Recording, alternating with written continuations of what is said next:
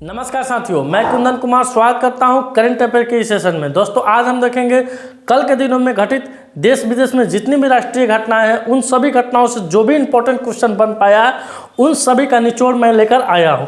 इसमें आपको राज्य स्तरीय भी प्रश्न मिलेंगे, देश स्तरीय भी और विदेश स्तरीय भी प्रश्न मिलेंगे। तो वीडियो शुरू करते हैं। वीडियो के लास्ट तक बने रहिएगा। वीडियो के लास्ट में आपसे क्वेश्चन भी पूछा जाता है और उसका उत्तर आपको कमेंट सेक्शन में देना रहता है। कल जो मैंने क्वेश्चन पूछा था कि 16वां भारतीय नगरीय परिवहन सम्मेलन कहाँ हुआ था, तो इसका उत्तर होगा न्यू दिल्ली। क्या होगा दोस्तों? इसका उत्तर होगा न्यू दिल्ली। अब चलते हैं आज के सेशन में, यानी आज का सेशन, आज का मेरा पहला क्वेश्चन है दिवस से। तो राष्ट्रीय कानूनी सेवा दिवस कब मनाया जाता है? राष्ट्रीय कानूनी सेवा दिवस कब मनाया जाता है, क्यों मनाया जाता है? तो दोस्तों, आज भी हमारे समाज में, हमारे परिवेश में कानून के बारे में लोगों को बहुत कम ही जानकारी है और यही कम जानकारी के कारण वो कहीं ना कहीं जाकर फंस जाते हैं कि किसी न किसी वकील के चक्कर में फंस जाते हैं, यानी अदालत में उनका समय के साथ साथ पैसा भी जाया होता है। तो उन लोगों को कानून के प्रति शिक्षा देने के लिए, कानून के महत्व को बताने के लिए, जागरूक करने के लिए हर एक साल हम लोग राष्ट्रीय कानूनी सेवा दिवस के रूप में मनाते हैं। तो कब मनाते हैं? 9 नवंबर को मनाते हैं। कब मनाते हैं राष्ट्रीय कानूनी सेवा दिवस? तो वे 9 नवंबर को मनाते हैं। अगला क्वेश्चन है दोस्तों, विश्व उपयोगिता दिवस कब मनाया जाता है? तो दोस्तों, सबसे पहले तो इसमें जानेंगे कि विश्व उपयोगिता दिवस क्यों मनाया जाता है और कब मनाया जाता है। आप ये 9 नवंबर देखकर नहीं होइएगा, क्योंकि इसका उत्तर 9 नवंबर इस साल के लिए या नवंबर माह के, क्या दोस्तों, नवंबर माह के दूसरे गुरुवार को, क्या दूसरे गुरुवार को मनाया जाता है। यहाँ लिख दे रहे हैं नवंबर माह के दूसरे गुरुवार को मनाया जाता है। अब जानते हैं कि क्या है विश्व उपयोगिता दिवस दोस्तों। तो पृथ्वी पर जितने भी संसाधन हैं, या वो मानव निर्मित संसाधन हो या प्राकृतिक संसाधन हो, उन सभी के खपत को एक अनुकूल स्थिति में किया जाए, एक ऐसी स्थिति में किया जाए ताकि पृथ्वी पर जो उसका संतुलन है वह बना रहे। और संतुलन चूँकि बना रहेगा तो हम लोग भी सेफ रहेंगे। नहीं तो मान लीजिए कि पेड़ है, पृथ्वी पे पेड़ बहुत सारे पाए जाते हैं, जंगल, अगर मनुष्य अत्याधुनिक तरीके से जंगलों की कटाई करते चला जा रहा है तो एक तरफ तो जंगल की कमी हो रही है, तो कहीं ना कहीं हमारे पर्यावरण को क्षति पहुंचेगा और जिसका अनुकूल प्रभाव हम लोग के जीवन पर भी पड़ता है। फॉर एग्जाम्पल में आप दिल्ली चले जाइए, आजकल दिल्ली का एयर इतना दूषित हो गया है कि वहाँ जीना मुश्किल हो गया। तो इसको हम लोग कब मनाते हैं? 9 नवंबर को मनाते हैं। प्रत्येक नवंबर के दूसरे गुरुवार को, प्रत्येक नवंबर माह के दूसरे गुरुवार को मनाया जाता है विश्व उपयोगिता दिवस। दोस्तों, आज विश्व स्वतंत्रता दिवस है और उत्तराखंड के स्थापना दिवस भी है। क्या है? विश्व स्वतंत्रता दिवस भी है और उत्तराखंड का स्थापना दिवस भी है। अब आते हैं अगले क्वेश्चन पर। अगला क्वेश्चन है आपका कि हाल ही में नई दिल्ली में आयोजित वर्ल्ड फूड इंडिया 2023 में किस राज्य ने उत्कृष्ट प्रदर्शन करते हुए प्रथम स्थान प्राप्त किए हैं? तो दोस्तों, अभी दिल्ली के प्रगति मैदान में राष्ट्रीय फूड कॉन्क्लेव का उद्घाटन किया गया था। कब किया गया था दोस्तों इसका उद्घाटन? तो 3 से 5 नवंबर को, 3 से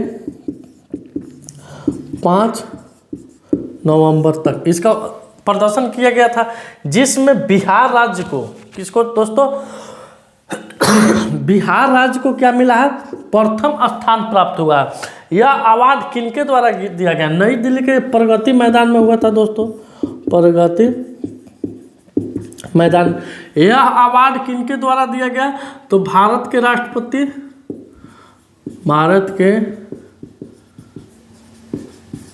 राष्ट्रपति द्रौपदी मुर्मू के द्वारा यह अवार्ड दिया गया। तो इसमें बिहार प्रथम स्थान पर हुआ। और यह अवार्ड किनको मिला है?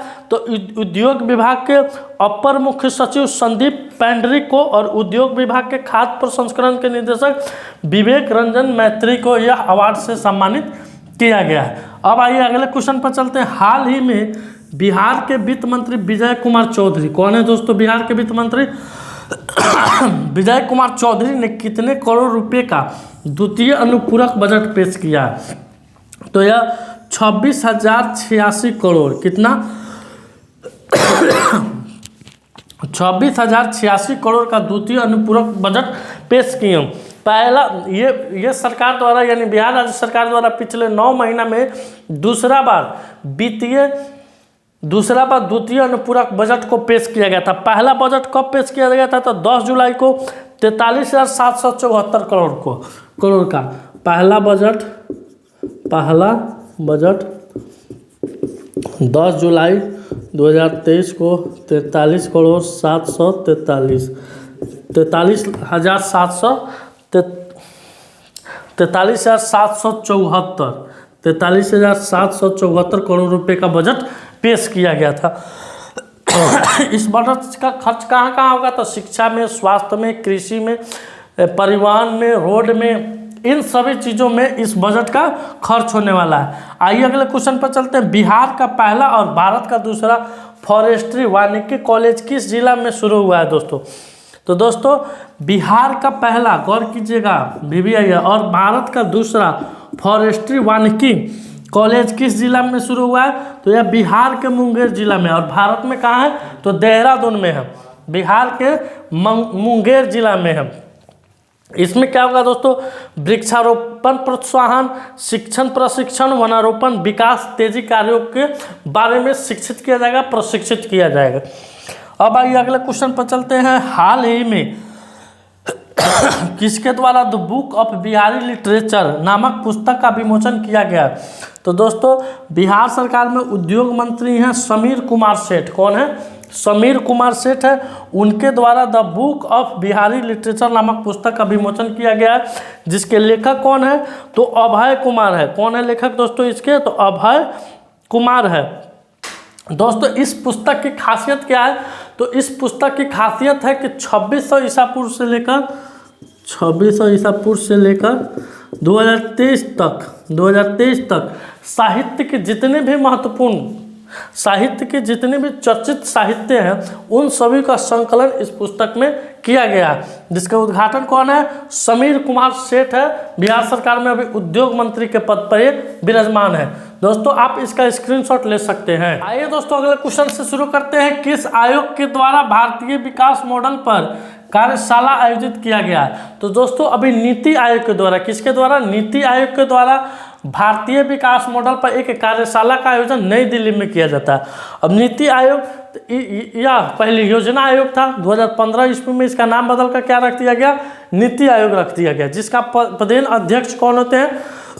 तो भारत के जो वर्तमान में प्रधानमंत्री रहते हैं वही नीति आयोग के अध्यक्ष रहते हैं। तो अभी भारत के प्रधानमंत्री नरेंद्र मोदी जी है, तो वही नीति आयोग के क्या है? अध्यक्ष है। आइए अगले क्वेश्चन पर चलते हैं। हाल ही में गोवा में आयोजित राष्ट्रीय खेलों में 200 पदक का आंकड़ा पार करने वाला पहला राज्य कौन सा बन गया? तो यह महाराष्ट्र बन गया है। कौन बन गया दोस्तों? महाराष्ट्र बन गया। आज तक के इतिहास में राष्ट्रीय खेल में कोई ऐसा राज्य नहीं है जिसने 200 का आंकड़ा पार किया हो। महाराष्ट्र ही एक ऐसा राज्य बना है जिसने 200 के आंकड़ों को क्या किया है दोस्तों? पार किया है। अब इसका आयोजन कहाँ हो रहा है? तो इसका आयोजन गोवा में हो रहा है। इसके उद्घाटनकर्ता कौन थे? तो भारत के प्रधानमंत्री नरेंद्र मोदी थे।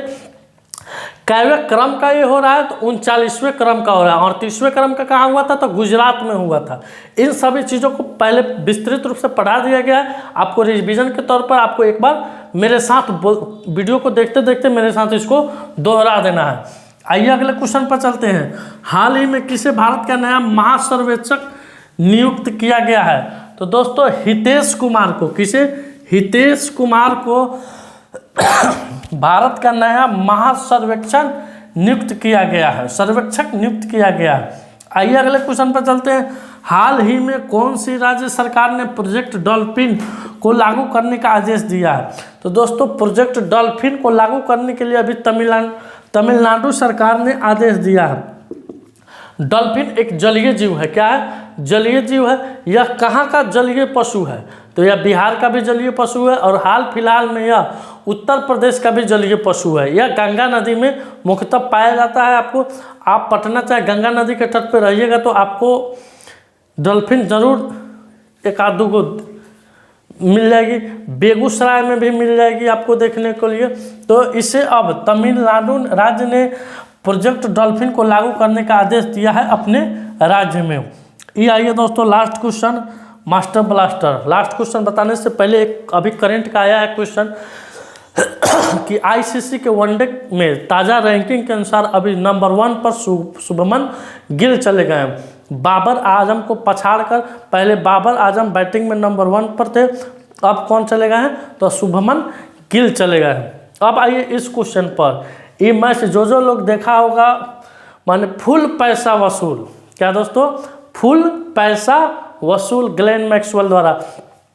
और इसी मैच में आपको सीखने को मिला हुआ होगा कि हारी हुई बाजी को कैसे कोई जीत लेता है। ऑस्ट्रेलिया इस मैच में एकदम मैच को हार गया था।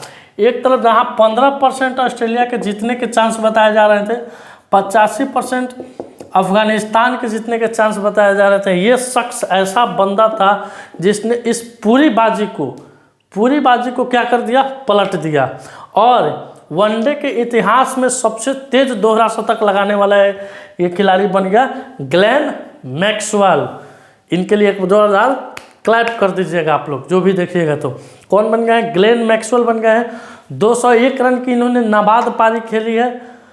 कहाँ, किसके खिलाफ? अफगानिस्तान के खिलाफ। और पैर में इनके खेल के दौरान दोस्तों पैर में इनके फ्रैक्चर चोट लग गया था। दर्द से एक समय करा के छटपटा के गिर गए थे ज़मीन पर, लेकिन फिर भी अपने दर्द को दरकिनार किए और अपने देश के लिए खेले और अपने टीम को ओवर शेष बॉल रहते हुए 15 के 14 बॉल रहते हुए मैच को इन्होंने जिता दिया।